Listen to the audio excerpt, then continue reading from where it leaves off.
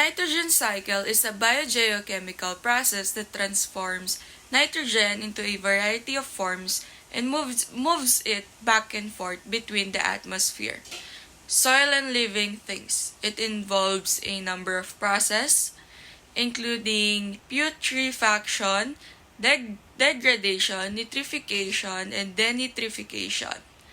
One essential nutrient that plants need is nitrogen. However, neither plants nor animals are available to directly utilize the plentiful nitrogen found in the atmosphere.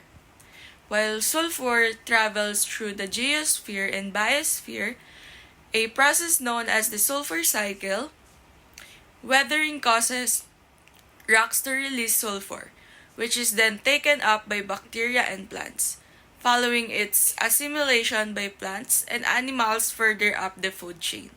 It is eventually released upon their decomposition.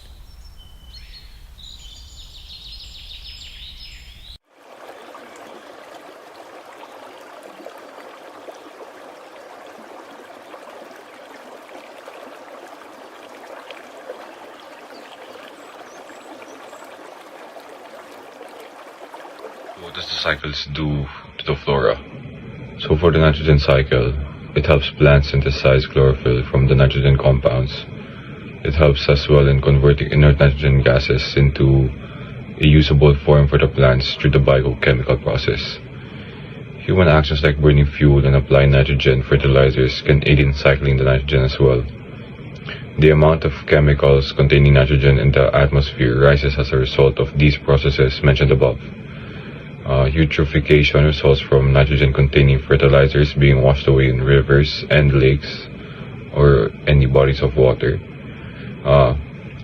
For the sulfur cycle, it is as important for the functioning of proteins and enzymes in plants, as well as animals that may depend upon plants for sulfur.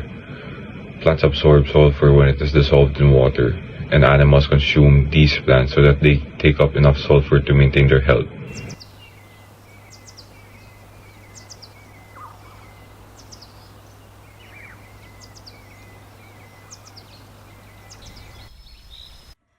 So what happens when they are exposed to too much nitrogen and sulfur?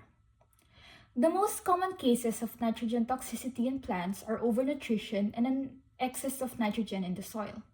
Stabilizing nitrogen levels without modifying the supplied nutrients frequently results in toxicity.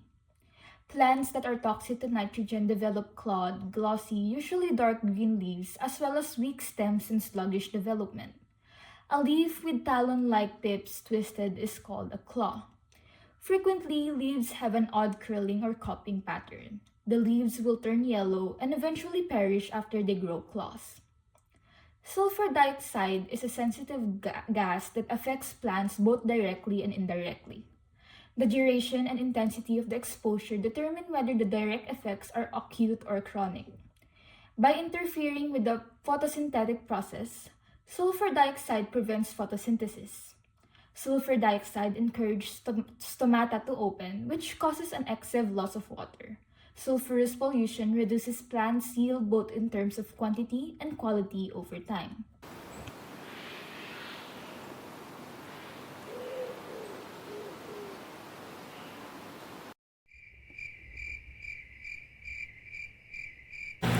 What causes too much nitrogen and sulfur in the environment?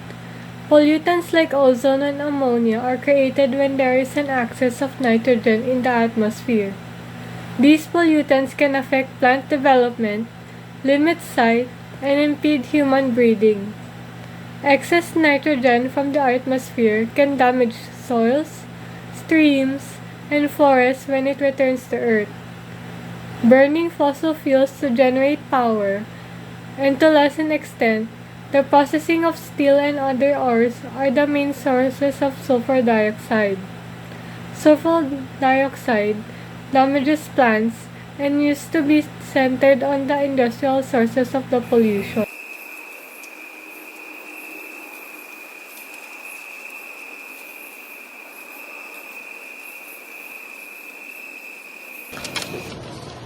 What can we do to lessen it? Encourage the decrease of pollution caused by nitrogen. Reduce your intake of meat, dairy, and eggs in your diet to cut down on emissions of nitrogen and ammonia.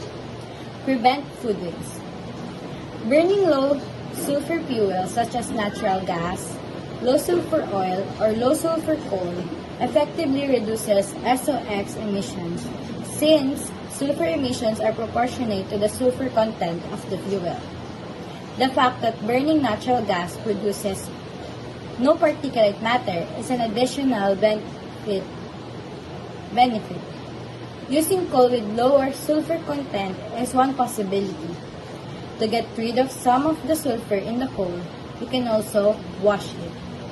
Scrubbers are a type of equipment that the power plant can install to remove sulfur dioxide from gases that exit the smokestack.